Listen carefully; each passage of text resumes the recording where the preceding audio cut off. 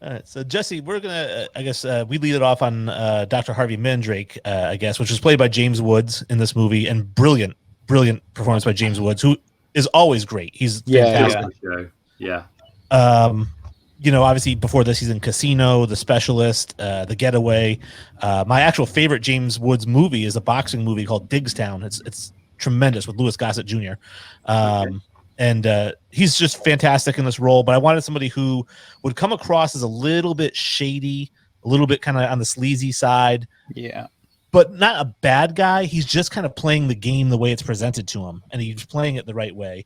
Yeah. And I ended up going with, or we ended up going with, and I'll let Jesse again continue on my thought, but we went with Willem Dafoe on this one. We thought that he kind of plays that role perfectly in all of his movies from The Green Goblin on. I'm curious, Jesse, when you were thinking Willem Dafoe, what was your thought process? I think that, again, that name was on your list, so I got to give you the credit for that. And I want to also agree with you that James Woods played a brilliant performance. I think, as far as smarmy goes, he is smarmy.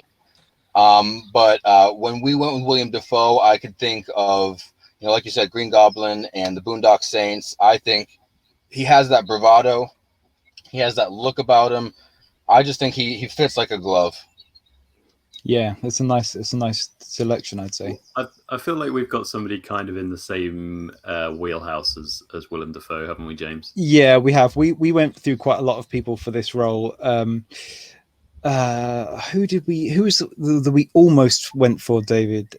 Was it? Well, we moved people James? around, didn't we? So, yeah, we did. Yeah, that's it. Maybe we should. Yeah, because we moved somebody into another role. Yeah, that's much like LL Cool J. So they'll be very disappointed, I'll have thought. Yeah, well, the person we've got for Dr. Mandrake, I think, is exactly like you were saying. He's quite shady. I feel like he would fit this role really, really beautifully. And that was Steve Buscemi. Yep. Who is in basically, I don't know, everything. Fargo, Pulp Fiction, Reservoir Dogs, every Adam Sandler movie. Boardwalk Empire. Armageddon. Yeah, of course.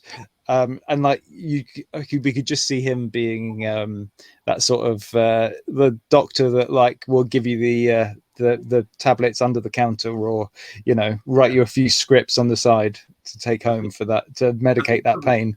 Yes, sorry, James. I think something I'd seen recently that sort of made me think of him as well was The Death of Stalin, which I watched again, and he plays Nikita Khrushchev, and there's a lot of underhand tactics in that film, and basically he's doing all these things that the normal person wouldn't do, but he's not doing them, as you say, to be bad. He's doing them because that's politics. That's the way it's done, and I kind of feel like that's what James Woods is doing in this one too. So yeah.